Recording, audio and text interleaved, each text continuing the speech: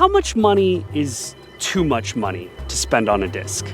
This is a question that I've seen asked in the online disc golf community, and I feel like most players fall within one of two different categories. The first category is the one that I'm somewhat envious of. We'll call them the throw anything category. These are the types of people that can pick up a disc from just about anywhere and throw it, no matter what color it is, what stamp it has on it, so long as it allows them to play the sport of disc golf. The other group in this two-group category is what I would like to refer to as the collectors. These are the types of people who will buy the most unique and or rare discs for the purpose of collecting, showing off, and sometimes even selling. If there was a Venn diagram between these two different groups of people, then I would probably fall somewhere in the middle. You see, I have sort of a collecting nature by heart, but at the same time, I also don't ever want to purchase something that I have no intention of actually utilizing. What has this turned into? Well, it means that I probably spend more than I should on super rare or unique discs, and rather than collecting them just to show off, I put them in my bag to use. Ultimately, I think I have a contender for one of the most expensive bags in all of disc golf. Maybe today would be a good day to show you all what's actually inside my bag. Two quick notes before we jump into it. I'm gonna give you estimated numbers of roughly how much I paid for each of these discs. I know the disc golf market has somewhat crashed recently, and so these discs are not worth this today, but they were worth this when I purchased them. Secondly, like most players, I do swap out discs from time to time, and so if I have two discs that are fairly similar in their purpose, then I'm gonna be showing you the more expensive one today. We'll start things off pretty mild here. We've got the CT Lunas. I've been putting with the Luna now for the last couple of seasons. These were a special release, and it would be pretty hard to replace them today. For the purpose of this video, I paid $25 for each of these, so we're currently at $50 in the bag. Woohoo! All right, we're still keeping it pretty tame here. I've got a first run Misprint Z Scorch. Pretty sure I paid retail for this, so 25 bucks. It's been a pretty go-to for me as far as a flip-up distance driver, and perfect for this first hole. Oh yeah.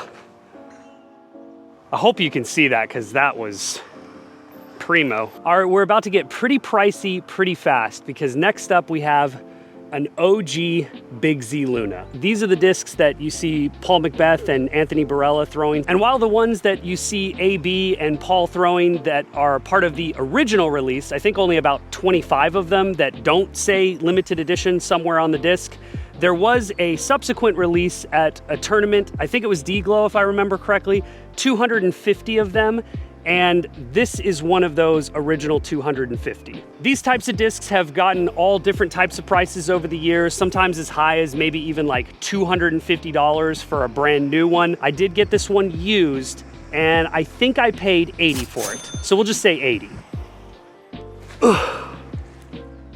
So good. All right, next up we have my Buzz SS. This was a special release, I think, from Ledgestone in partnership obviously with Yuli, who's one of their sponsored athletes. I'm pretty particular about the way that my discs look. Almost everything I bag is a blue disc with a black stamp, and because of that, I usually have to pay a little bit extra buying it from somebody else who has it in their collection. So I'm pretty sure I bought this one off of Facebook, and I want to say I paid 40 bucks for it. Oh my gosh, it's so good. It's so good. I mean, when you throw it this good, you gotta at least put this in the video.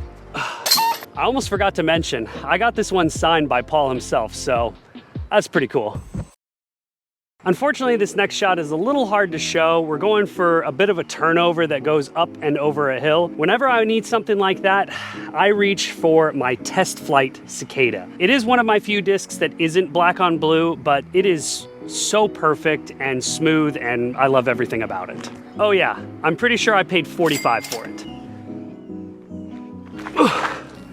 Come on, baby. Next up we have our Z Glow Scott Withers limited edition Scorch. I originally got this disc because I thought it was gonna be one of my more overstable Scorches. Turns out to be a little flippier than most Scorches that I've thrown. I'm pretty sure when these originally came out, they retailed for $25. Again, because of the black on blue, and I had to buy it from somebody else, I wanna say I paid $45 for this.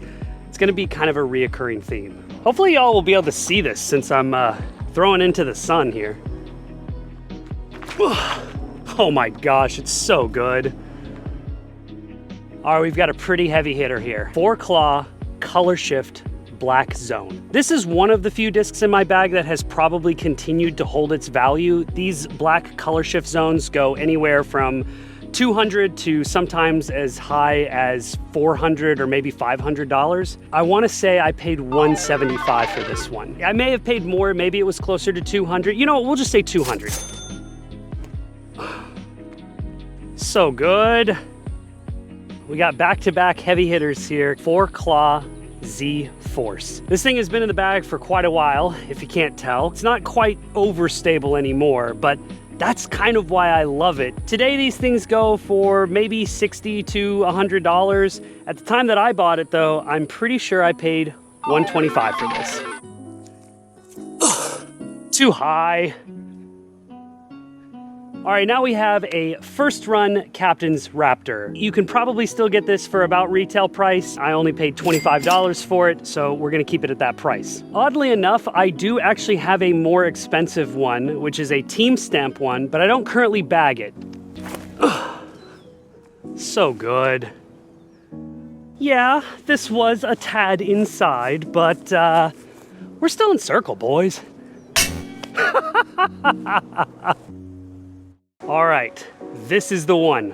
This is by far the most expensive disc in my bag, a first run Buzz. This disc is over 20 years old, and while I wish I had purchased it brand new, they're pretty hard to find brand new for anything less than $400, sometimes even $500. Blue seems to be one of the harder ones to find, and specifically that black stamp, that's really hard to find. While I probably paid a little bit more than I should have, it kind of felt like I was buying a little bit of disc golf history, and I don't know if I'll ever find another black on blue like this one. I paid a whopping $300 for this thing. It's pretty used, but it's one of the best buzzes I've ever owned. I saved it for the signature hole out here. Hopefully I hit this gap. Oh, get an ace. Just do it. Okay. Just parked. Yep, that's a $300 park job right there. I have started to bag some less popular molds, but one of the discs that has stayed the same almost the entire time has been my 2021 Tour Series Raptor. Unfortunately, this is not the original one that was in the bag, but I've fallen in love with this specific run, so I've now purchased, I wanna say maybe 4 or 5 backups just because I don't wanna ever not have this in my bag. While it may have been a stock Tour Series disc, they aren't the easiest to acquire, and I'm gonna say I spent about $35 on this one. Come on, get a skip. Yes. This is one of those holes where I'm actually playing for a skip. And while we did end up a little short, still not that bad of a shot. This next one is a disc that I don't actually use that often. In fact, I probably rarely pull this one out. It's a Big Z limited edition Zeus. I originally used this for flip up forehand shots. It is pretty great for that type of shot. The reason I do keep this one in the bag is it's a little more stable than another Zeus that I'm gonna show a little bit later here. I'm hoping that one day my noodle arm will be strong enough to make this my bomber backhand. Not a super long hole, and definitely one I've wanted to ace before in the past. See if we can't make that happen today. Come on. Come on. Do it. Oh my gosh. Baby deer in the middle of my shot, crossing the fairway. One of the shots that I'm not particularly great at is the backhand turnover shot. I currently bag this Big Z Mantis for that exact shot, along with flip-up shots that I'm trying to throw through the woods. Thanks to, I think, the Jomez practice rounds and Paul Ulibarri, these OG Big Z Mantises have become increasingly popular. It's pretty hard to find one of these in blue. I have since found one in blue, but this one was originally yellow and I had somebody professionally dye it. I'm pretty sure at the time I paid $70 for the disc and $35 for the dye job, so $105 total. Now for the easy part, throwing the shot that I know I'm not very good at.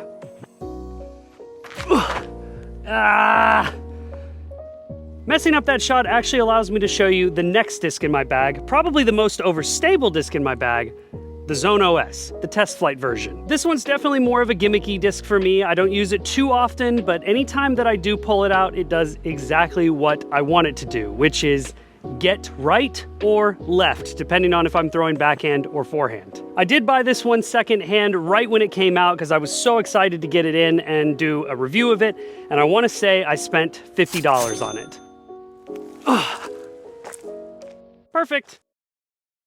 Next up, we have one of my favorite fairway discs, a Passion, specifically the Z Glow Passion. It was a limited release, and it's pretty hard to get backups for this one. You can thank Brody and Ezra Aderhold for making this disc as popular as it is. The "it's always a passion" lexicon is stuck with disc golfers, and I hear it every single time I pull out this disc. So good, missed that.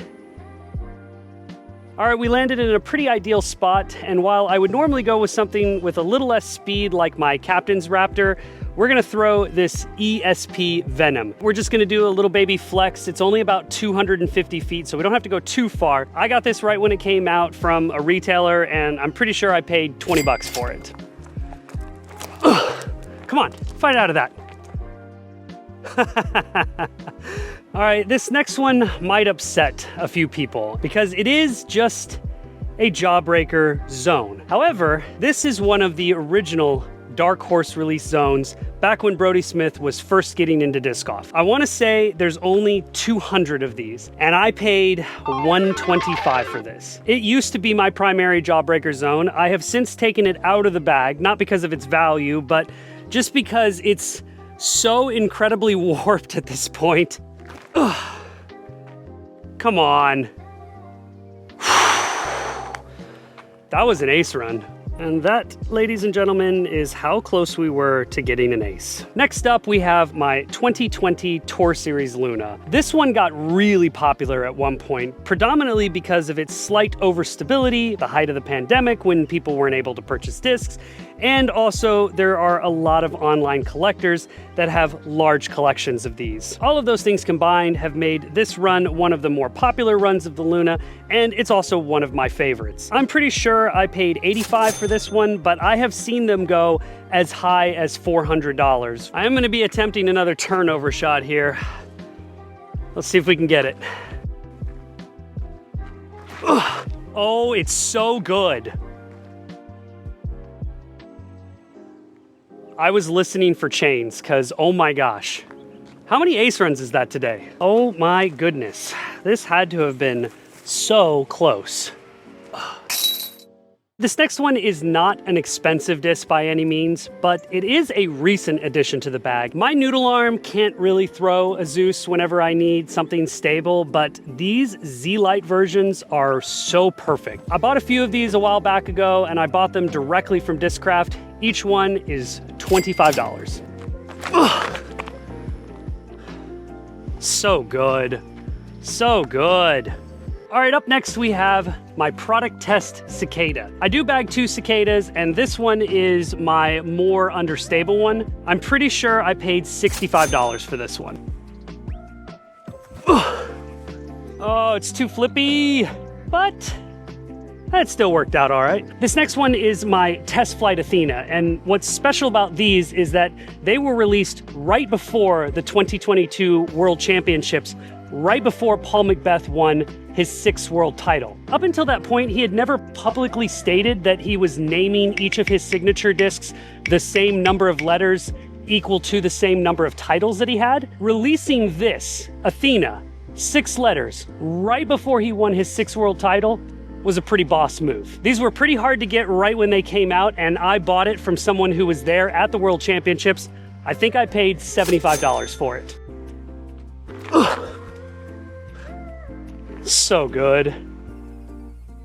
Just like that. All right, next up we have a 6-claw heat. If you know anything about the heats, you know that these are on the more overstable side. I really like these discs because you can get a nice pushing hyzer. I'm pretty sure I got this right when it came out, and I did purchase secondhand. I think I spent $45 on this one. So good. Maybe a little left, but oh, it rolled out. Definitely on the more expensive side of things. This is my 4-claw buzz. If you know anything about rare or desirable runs of discs, the 4-claw buzz is probably one of the highest. I like this buzz because it's a little more stable than my first run buzz, which means I can throw it into a headwind and still trust it. I bought this one secondhand and used. I want to say I paid just an even $100.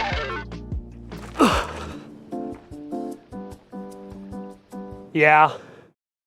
This next one used to be my primary driver. This Z limited edition Hades. This was also one of those tournament release discs, and so it packs a pretty penny on the secondhand market. I want to say I paid $75 for it though.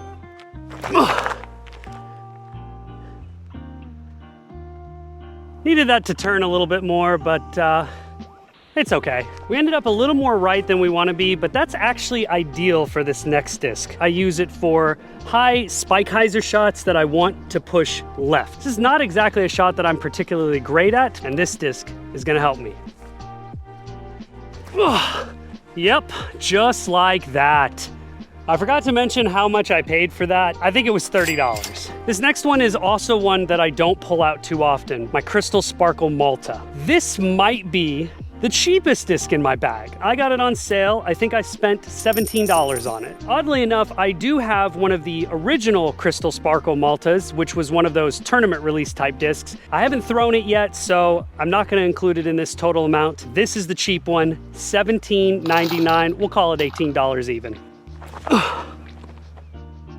Just like that. All right, we're almost done. Just 2 more discs to go. This next one is just a stock TI Vulture. Even though it's a stock disc, I'm pretty sure it's out of production right now. I think I paid $45 for this one. So good. Oh my gosh. All right, we made it to the last hole and the last disc, the Testalento Zone SS. These particular discs were going for incredible prices. However, thanks to my wonderful sponsor, Discraft Underground, I got mine for free. This will not be added to the total amount, but let's see if we can't get an ace with it. Perfect way to end the video. Oh, that has a chance. I flipped it a little too much. Still a decent run though. Maybe I bagged too many discs. I probably bagged too many discs. I wasn't keeping tally of the total amount, but I'll put it right here. You tell me, comment below, is this the most expensive bag in all of disc golf?